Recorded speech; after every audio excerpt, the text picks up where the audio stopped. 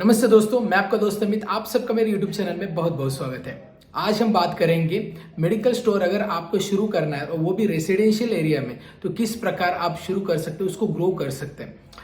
आपके पास कई सारे लोकेशंस होते हैं, जैसे हॉस्पिटल के प्रीमाइसेस में, हॉस्पिटल के नज़दीक, रेसिडेंशियल एरिया में, या फिर एक इंडिविजुअल स्टैंड अलोन फार्मेसी, या और भी कई, जैसे पब्लिक एरिया में भी कर सकते हैं, स्लम एरिया में भी होता है। तो उसके लिए हमने ऑलरेडी वीडियोस बनाए हैं, वो हमारे प्लेलिस्ट पे देख सकते हैं। लेकिन आज हम बात करने वाले हैं रेसिडेंशियल एरिया में किस प्रकार अपने स्टोर को ग्रो करें। यहाँ पे आपके पास कस्टमर बेस है, डॉक्टर बेस है, लेकिन हर कोई चीज़ लिमिटेड होती है। ठीक है, मतलब आपका क्राउडेड एरिया में तो नहीं है, आप रेसिडेंशियल एरिया में है, तो ऐसे में आपको ग्रो करना थोड़ा चैलेंजिंग होता है। कई सारे स्टोर्स ग्रो कर भी नहीं पाते, इसके लिए ये बैड लोकेशन भी माना जाता है, लेकिन मेरे हिसाब से ये एक अच्छा लोकेशन है। आप अगर प्रॉपर स्ट्रैटेजी से यहाँ पे काम करेंगे तो डेफिनेटली यहाँ पे अच्छा ग्रोथ कर सकते हैं। आज इस वीडियो में हम स्टेप बाय स्टेप जानेंगे कि आपको क्या करना चाहिए, जिसकी वजह से आपके मेडिकल स्टोर में नंबर ऑफ कस्टमर आप बढ़ा सके और इसमें आप अच्छा बिजनेस कर सके। चलिए वीडियो को स्टार्ट करते हैं। सबसे पहले बात करेंगे कि यहाँ पे जो रेसिडेंशियल एरिया की बात हो रही है ना, तो उसमें दो प्रकार के रेसिडेंशियल एरिया आते हैं। एक एरिया होता है जहाँ पे बहुत ज़्यादा फ्लैट्स है और एक पर्टिकुलर एक दो बिल्डर ये उन्हीं के हैं। मतलब क्या है ना कि 300-400 फ्लैट्स है, एक बड़ा एरिया है। ठीक है, बहुत बड़ी स्कीम है, ऐसा होता है। और दूसरा एक रेसिडेंशियल एरिया होता है जहाँ पे सेग्रीगेटेड है, मतलब कहीं पे हाउसिंग सोसाइटी है, कहीं पे नॉर्मल घर होते हैं, मतलब कहीं पे कमर्शियल शॉप्स भी, मतलब मिक्सअप होता है। ठीक है, लेकिन रेसिडेंशियल एरिया मोस्टली है वहाँ पे। तो दो एरिया होते हैं, दोनों में भी आपको ये देखना है कि आपके एरिया का एनालिसिस बहुत ज़रूरी है। आपके एरिया में लोग रहे कितने रहे। अब देखिए यहाँ पे आपके एरिया में फ्लैट्स है लेकिन सेल नहीं हुए, पोजीशन अभी तक नहीं मिला, तो फिर दिक्कतें आएगी, क्योंकि आपके पास दिखने में तो वो रेसिडेंशियल एरिया है लेकिन लोग ही नहीं है, तो फिर प्रॉब्लम आएगी। ठीक है, तो देखिए कि वहाँ पे रेसिडेंट एक्चुअली कितने रहते हैं लोग। ठीक है, और उसके बाद नेक्स्ट स्टेप है वहाँ वो मेडिसिन कहाँ से परचेस करते हैं, ऑनलाइन ज़्यादा प्रेफर करते हैं, ऑफलाइन ज़्यादा प्रेफर करते हैं, ये भी देखना है, क्योंकि वो लोग भी नए हैं और आप भी नए हो। अगर वो नई स्कीम है तो फिर आपको गेन करने में मतलब मदद होगी। लेकिन अगर आप वहाँ पे जस्ट शुरू कर चुके हो स्टोर और वहाँ पे जो रेसिडेंशियल एरिया वो पुराना है, तो वो भी देखना पड़ेगा कि वो कहाँ से परचेस करते हैं। ठीक है, क्योंकि कॉम्पिटिटर एनालिसिस बहुत इंपॉर्टेंट है, क्यों परचेस करते हैं, क्या स्ट्रैटेजी होती है उस मेडिकल स्टोर की, या फिर ऑप्शन नहीं इसलिए करते हैं, तो ये भी देखना जरूरी है। ठीक है, तो ये एक प्राइमरी रिक्वायरमेंट इंफॉर्मेशन मैंने दी। अब हम स्टेप बाय स्टेप बहुत इंपॉर्टेंट बात करने वाले हैं, और हर स्टेप इंपॉर्टेंट है, आपको उसमें काम करना ही है, तभी आप अपने स्टोर को ग्रो कर सकते हैं रेसिडेंशियल एरिया में। सबसे पहला होता है डॉक्टर अवेलेबिलिटी। अब आपके एरिया में डॉक्टर कितने अवेलेबल है। वैसे most of the time doctor available होते हैं, लेकिन कौन से होते हैं, क्योंकि यहाँ पे रेसिडेंशियल एरिया है और यहाँ पे आईपीडी नहीं रहती, ओपीडी होती है। ओपीडी मतलब यहाँ पे सिर्फ डॉक्टर डायग्नोस करते हैं, कोई एडमिशन की सुविधा नहीं होती मोस्ट ऑफ द टाइम। ठीक है, अगर होता है एक हॉस्पिटल तो हो सकता है, एक हॉस्पिटल भी हो सकता है, लेकिन अगर ओपीडी होती है तो आपको क्या करना है कि हर एरिया के जितने डॉक्टर है, आपके नियर बाय एरिया के जितने डॉक्टर हैं, उन डॉक्टर्स को विजिट करनी है, उनसे मेडिसिन की लिस्ट लेनी है।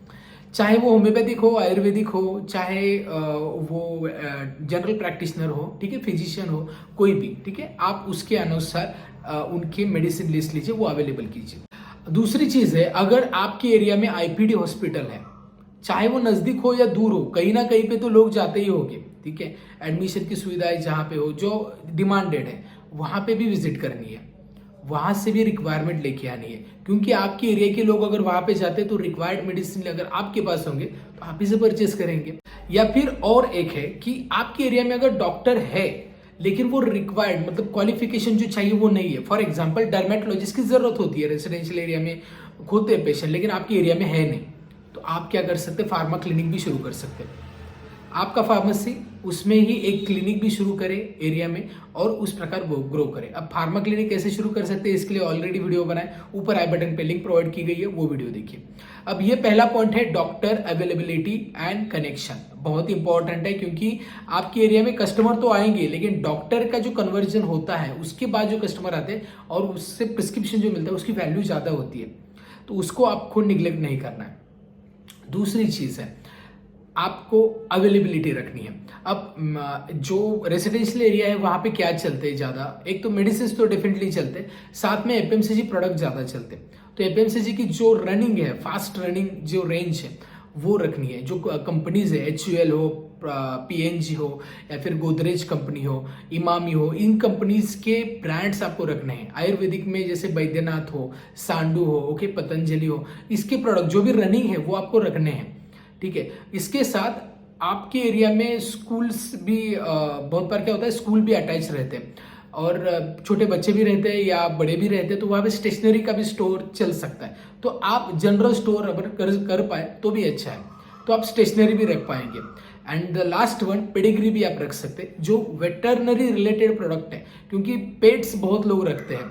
आप अगर मेट्रो सिटी में या फिर Tier 2 सिटी में है तो आपको जो वेटरनरी प्रोडक्ट्स है वो भी रखने पड़ेंगे। तो बल्क में ज़्यादा परचेस, मतलब जो बड़े बड़े पैकेट्स है, जैसे मान लो बेबी प्रोडक्ट है तो डायपर के बड़े पैकेट ज़्यादा जाएंगे, क्योंकि ये लोग क्या करते हैं ना, डीमार्ट वगैरह ऐसे प्रेफर ज़्यादा करते हैं जो बल्क में लेना है। तो कोशिश कीजिए कि वहाँ पे रेट क्या है आपके नियर बाय एरिया में एफएमसीजी का, और आप क्या दे सकते हैं। मोस्ट प्रोबेबली अच्छा रेट दे सकते हैं आप, तो अच्छा रहेगा, बेहतर रहेगा, लोग आपसे ही परचेस करेंगे, ठीक है। तो इस प्रकार आप ये जो इन्वेंटरी है उसको मैनेज कर सकते हैं। उसके बाद नेक्स्ट है कैंपेन। अब देखिए, आप हर चीज़ तो कर सकते हैं, लेकिन कस्टमर तो आने चाहिए। कस्टमर आने के लिए इनिशियली आपको हर चीज़ खुद से करनी होती है, लोगों को इनवाइट करना होता है। अब इसके लिए सबसे पहला है हेल्थ कैंप। इसके लिए आपको नियर बाय जो भी लैबोरेटरीज है उनसे एक बात करनी है और उससे आप कंडक्ट कर सकते हैं कैंप, ठीक है। जैसे बहुत बार क्या होता है, मेट्रो सिटीज में डॉक्टर लाल पैथलैब या फिर पैथ काइंड, ऐसे जो ब्रांड्स है उसके होते हैं, तो उनसे टाइप आप कर सकते हैं, ये भी सही है, ठीक है। इसके बाद नेक्स्ट है, आप डॉक्टर एडिशनल भी विजिट कर सकते हैं। एक जैसे आई चेकअप का कैंप हो गया, ओके, तो इसके लिए क्या करना पड़ेगा, आई चेकअप के डॉक्टर्स, ऑप्थेल्मोलॉजिस्ट आपको बुलाने होंगे, जिससे आपके एरिया के लोगों को थोड़ी मदद हो जाएगी। और एकदम कम नॉमिनल फीस में आप करें। ये कैंप जो होते हैं ना वो कम फीस में ही होते हैं या फिर फ्री भी होते हैं बहुत बार, ठीक है। इसका प्रॉपर एडवर्टाइजिंग, डिजाइनिंग, पम्पलेट बहुत अच्छा जरूरी है आपको एडवर्टाइज करना। जितना ज़्यादा लोगों के पास पहुंचेगा उतना आपको रिजल्ट अच्छे आएंगे। इसके बाद ब्लड डोनेशन कैंप भी कर सकते हैं, ठीक है। तो इसके लिए आपके एरिया में जो ब्लड स्टोरेज रिलेटेड जहाँ पे भी ऑर्गेनाइजेशन है उनसे बात कीजिए, वो आपको यहाँ पे मदद कर सकेंगे। इससे जितना भी डेटा आएगा आपके पास लीजिए और उनसे पूरी इंफॉर्मेशन लीजिए, वो कौन से मेडिसिन लेते हैं, कितने लगती है महीने में, कौन से डॉक्टर है। तो इससे आपको आपकी एरिया की डिमांडेड डॉक्टर्स भी पता चलेगी, मेडिसिन भी पता चलेगी, ब्रांड्स रनिंग जो है वो पता चलेगी। तो ये हो गया campaigns. And the last one, advertising. Advertising आपको करनी है, इसमें कई सारे प्रकार की एडवर्टाइजिंग है, ऑनलाइन एंड ऑफलाइन। अब बात करेंगे अगर ऑफलाइन की, तो ऑफलाइन में आप न्यूज़पेपर एडवर्टाइजिंग कर सकते हैं। स्पेशली जब भी हम कैंप्स लेते हैं तो कैंप्स का जो भी पम्पलेट है वो न्यूज़पेपर में दीजिए, क्योंकि आपके एरिया के लोग डेफिनेटली न्यूज़पेपर पढ़ते होंगे। तो आपके एरिया में जो भी न्यूज़पेपर है या जो एजेंसीज है उनको आप बात कर लीजिए, या फिर एक बार ये भी कर लीजिए कि आप खुद एक कोई बंदा अपॉइंट कर लीजिए, या फिर आपके एरिया, आपके शॉप में अगर कोई हेल्पर है तो उसको बोल दीजिए, हर डोर पे वो देखिए आएगा, वो भी अच्छा रहेगा, रिजल्ट अच्छे आएंगे। इसके बाद नेक्स्ट है व्हीकल एडवर्टाइजिंग। मतलब आपके एरिया में पब्लिक स्कूल के बसेस होती है, बसेस में भी आप एडवर्टाइज कर सकते हैं। थोड़ा खर्चा आएगा आपको, लेकिन बात करके देखिए। रिक्शाज होते हैं, रिक्शा स्टॉप, अगर रिक्शा में भी आप वहाँ पे भी बैनर कर सकते हैं, मतलब वहाँ पे पोस्टर आप ऐड करके उसका एडवर्टाइजिंग हर जगह पे होगा जहाँ पे भी वो व्हीकल जाएगा, ओके। इसके बाद नेक्स्ट है बैनर्स। बैनर्स मतलब बहुत बड़े बड़े पोस्टर्स आप दिखा सकते हैं, जिसमें जैसे कि मान लो आज वर्ल्ड हार्ट डे है तो उसका एक पोस्टर दिखा दिया, डॉक्टर्स डे वहाँ पे एक पोस्टर लगा दिया, बैनर लगा दिया, ओके। और कई एक्टिविटी अगर आप कर रहे हैं, फ्री चेकअप कैंप कर रहे हैं, तो उसका भी बैनर आप लगा सकते हैं। तो ये आपके एरिया की रिक्वायरमेंट के अनुसार है, ये ऑफलाइन एक्टिविटी है।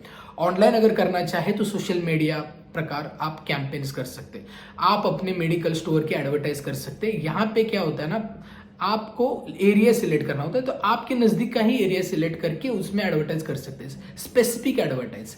कीवर्ड्स प्रॉपर रखें, जो डिमांडेड मेडिसिन है वो या कैटेगरीज उसके अनुसार आप एडवर्टाइज करेंगे तो आपका स्टोर ग्रो हो सकता है, क्योंकि लोग ऑनलाइन भी सर्च करते हैं, आपका ऑनलाइन आ जाएगा तो उसमें ऑनलाइन भी प्रॉपर तरीके से वो ऑर्डर कर सकते हैं। अब इसमें और एक एडिशनल है सर्विसेज में क्या दे सकते हैं? पहला है door step delivery. Door step delivery आपको देनी ही है 100%, कौन सी भी कंडीशन में, रेजिडेंशियल एरिया में ये जरूरी है।